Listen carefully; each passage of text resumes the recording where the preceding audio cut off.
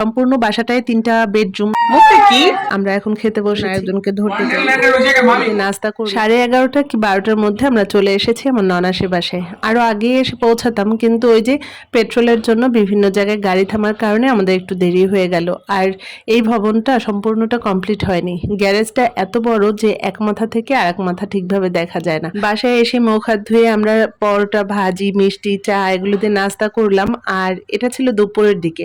দুপুরে সবাই একসঙ্গে টেবিলে খেতে বসেছে, ঘর ভর্তি মানুষ।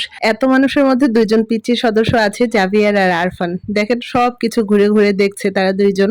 আর এই 2জন কোনো মারামারি করে না। আচ্ছা না, যে সমবয়সী 2জন থাকলে একটু মারামারি করে, একজন আরেকজনকে ধরতে যায়, কিন্তু তারা নিজেদের মতো করে নিজেরা খেলা করছে। এই কটা দিন তো লাকিপা অনেক পরিশ্রম করেছে, তাছাড়া তার ঘর ভরা এখন মেহমান। রান্নাঘর তাকে যেন এখন ছাড়ছেই না। আগামী দিন তো সব রান্না বাবুর্চিই করবে। আর আজকে আমাদের জন্য লাকিপা রান্না করেছে গরুর মাংস, পেঁপে ভর্তা, ঘন করে ডাল, সঙ্গে ছিল সালাদ, লেবু। তো গরুর মাংস তো আমার অনেক পছন্দ, আর পেঁপে ভর্তাটাও অনেক মজা হয়েছে। তো এরপরে এই যে আমরা এখন খেতে বসেছি। ঈদের অনেক আগে থেকেই ঢাকা আসার কথা শুনেছি, কিন্তু ঈদের পরপরই যে এভাবে আমার ঢাকা আসা হবে এটা আমি নিজেও ভাবিনি। রোজার সময় বাবা বলেছিল যে ঈদের পর আমাদের সবার ঢাকা যাওয়া হতে পারে, লাকিপার ফ্ল্যাটে যখন লাকিপা উঠবে তখন আমরা সবাই একসঙ্গে হব। কিন্তু তখনই আমি বাবাকে বলেছিলাম যে বাবা, ঈদের পর তো আমি যেতে পারবো না, আপনাদের ভাইয়ের কথা বলেছিলাম যে ও যাবে। তো ঈদের পরেই তো ওহির বৃত্তি পরীক্ষা, তো যার কারণে আমি নিষেধ করেছিলাম, কারণ রোজার মাসটা তো ওদের কোনো পড়াশোনা হয়নি। এমনিতেই এই যে 6 বছরে 5 পরীক্ষা, 5 বৃত্তি পরীক্ষা দিতে হচ্ছে। 5 বই তো সব আমরা সরিয়ে ফেলেছিলাম ঘর থেকে। নতুন বই হাতে পেয়ে তো বাচ্চারা খুশি, নতুন বই পড়তে শুরু করেছে, 6 বই। এর মাঝে আবার শিক্ষামন্ত্রী ঘোষণা দিল যে বৃত্তি পরীক্ষা হবে। আবারও সেই বই খাতা খুঁজে তারপরে এখন এই যে ঈদের পরপরই পড়া শুরু করতে হবে। তো যার কারণে আমি বলেছিলাম যে আমার হয়তো যাওয়া হবে না, কিন্তু পরে চিন্তা করলাম যে 2-3 দিনেরই তো ব্যাপার, এতদিন যখন পড়া নষ্ট হয়েছে 2-3 দিনে আর কি হবে। তাছাড়া বাবা আশা করেছে যে সবাই একসঙ্গে হব, আর এই যে সবাই একসঙ্গে হওয়ার যে আনন্দটা, এটাও আমার মিস করতে ইচ্ছে করছিল না। যার কারণে এই যে চলে আসলাম ঢাকা। এখন কি মনে হচ্ছে জানেন, এসে ভালোই করেছি। না আসলে পরিবারের সবার সঙ্গে এই সুন্দর মুহূর্তগুলো তো আমি আর পেতাম না। মুখে কি মুখে কি দুপুরবেলা খাওয়া দাওয়ার পরে একটু সময় শুয়েছিলাম। ইচ্ছা ছিল বিকেলবেলা সবাই মিলে ছাদে উঠবো। এ বাসার ছাদটা নাকি অনেক বড়। তো বিকেলবেলা আবার ছেলেরা বাইরে ঘুরতে যেতে চেয়েছিল। তো আমার আর ইচ্ছে করছিল না যে বাইরে কোথাও যাই। তো আমার 2 ছেলে, আমার চাচা শ্বশুররা, তারপরে ইফাত, ওরা বাইরে থেকে ঘুরে আসলো। সম্পূর্ণ ফ্ল্যাটটা তো সেভাবে ভিডিও করিনি। তো আমার গ্যালারিতে যতটুকু ভিডিও আছে সেখান থেকে আপনাদেরকে সম্পূর্ণ বাসাটা একটু ঘুরে দেখাই চলেন। তো আমি যেখানে দাঁড়িয়ে আছি সেখান থেকে ড্রয়িং রুমটা দেখা যাচ্ছে। আর ওই যে সোজাসুজি যেই ডোরটা দেখছেন ওটা হচ্ছে একটা কমন ওয়াশরুম। আর ওহি যেখানে দাঁড়িয়ে আছে ওটা হচ্ছে লাকিপার বেডরুম। ডাইনিং স্পেসটাও অনেক বড় বাসার। তো এই পাশটা হচ্ছে ডাইনিং টেবিল রাখা, আর এই পাশে একটা রুম আছে, এই রুমটা হচ্ছে ইফাদের রুম। আর আমরা বাসায় যত মানুষ ছিলাম সবার ব্যাগ এই রুমে। আর এত মানুষ যে বাসায় আছে সেই বাসা তো একটু এলোমেলো থাকবেই। বাসার সামনে বলছে, বাসা আসার পর বলছে।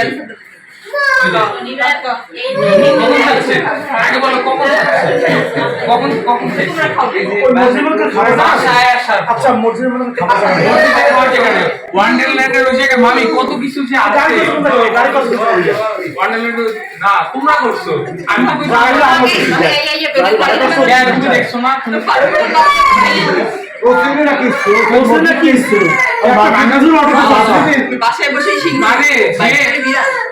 লাকিপাড়া এখন যে ফ্ল্যাটে আছে এই ফ্ল্যাটের কাছাকাছি হচ্ছে তার শ্বশুর বাসা, সেখানে তো তারা স্থানীয়। তো এই ফ্ল্যাটের কাছাকাছি আরও একটা ফ্ল্যাট আমার শ্বশুর লাকিপাকে দিয়েছে। তো সেই ফ্ল্যাটটা কিন্তু এর আগে যখন আমরা ঢাকায় এসেছিলাম তখন কিন্তু আপনাদেরকে দেখিয়েছিলাম, আমরা সেই ফ্ল্যাটটা দেখতে গিয়েছিলাম। সেই ফ্ল্যাটটা সম্পূর্ণটা কমপ্লিট হয়নি, তবে খুব তাড়াতাড়ি কমপ্লিট হয়ে যাবে, কাজ চলছে। আর ওই যে দেখেন ওই রকম বেশ কয়েক জায়গায় রং উঠে যাচ্ছিল। নতুন রং করার কারণে বেশ কয়েক জায়গায় আর কি দেয়ালটা শুকানো হয়নি ভালোভাবে, যার কারণে রংটা বসছে না। তো তারা বলেছে যে এগুলো ঠিক করে দেবে। লাকিপার তো মেয়ে নেই, 2 ছেলে। ইফাত একদম মেয়েদের মতোই ওর মাকে সাহায্য করে।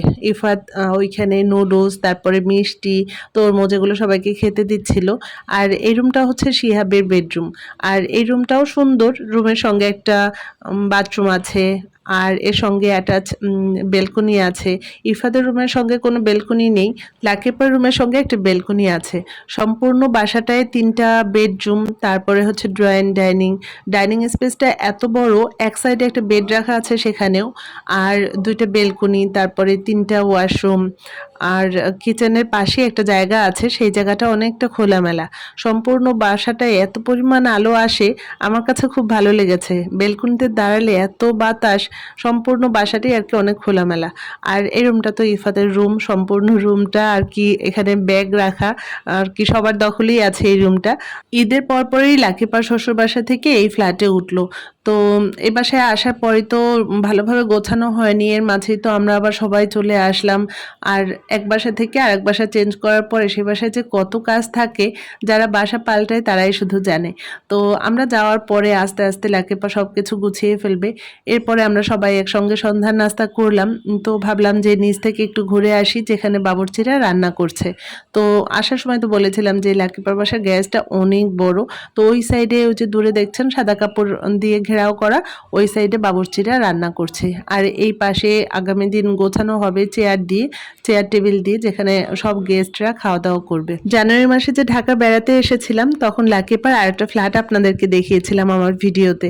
তো কেউ বলে লাকিপার ওই ফ্ল্যাটটা বড়, কেউ বলে এই ফ্ল্যাটটা বড়। আমি ঠিক বুঝতে পারছি না যে কোন ফ্ল্যাটটা বড়। তবে এই বাসার গ্যারেজটা ওই বাসার গ্যারেজের চাইতে অনেক বেশি বড়। তো এইখানে বাবুর্চিরা রান্না করছিল, আমি জিজ্ঞেস করছিলাম যে কোনটা কি। তো এখানে ছিল আয়ের মাছ, আর ছিল কাতল মাছ, রুই মাছ। রোস্টের জন্য এখানে মুরগি ভেজানো ছিল, তারপর গরু, খাসি এগুলো তো আছেই। তো মাছ ফ্রাই করা হবে আর ভুনাও করা হবে। এটা রাই মাছ, এটা আর মাছ, এটা রুই মাছ। এটা রুই মাছ। আর এটা কি মাছ? এটা মানে রুই মাছ। রুই মাছ, এটা রুই মাছ এই দুটো রুই মাছ না, এটা কাতল, ওইটা রুই আর ওইটা আর মাছ, ওই মুরগি।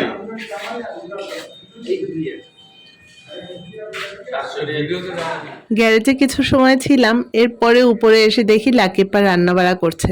তো এখানে চিংড়ি মাছ ভুনা করবে, তারপরে রাতের জন্য মাছ ভুনা করবে।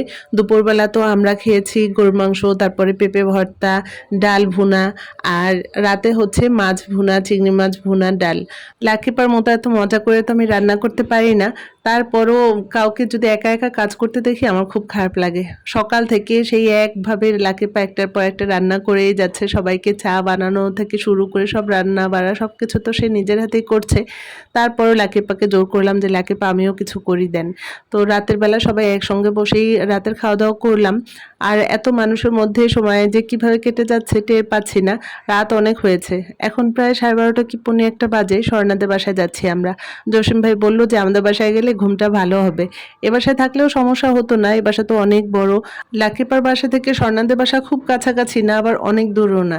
রাস্তা ফাঁকা থাকার কারণে আমাদের বেশি একটা সময় লাগলো না। জসিম ভাই গাড়ি ড্রাইভ করছে, পেছনে আমরা আছি, আপনাদের ভাইয়া, আমি, আমার ছোট ছেলে। বড় ছেলে আর আসতে চাইলো না, তাই ওকে রেখে এসেছি। আগামী দিন ভোরেই তো আবার ঘুম থেকে উঠে আমরা ওই বাসায় চলে যাব। বাসায় এসে ফ্রেশ হয়ে এই যে ছোট ছেলেকে নিয়ে শুয়ে পড়েছি। আজকে তাহলে এখানেই রাখছি। সবাই ভালো থাকবেন। খোদা হাফেজ।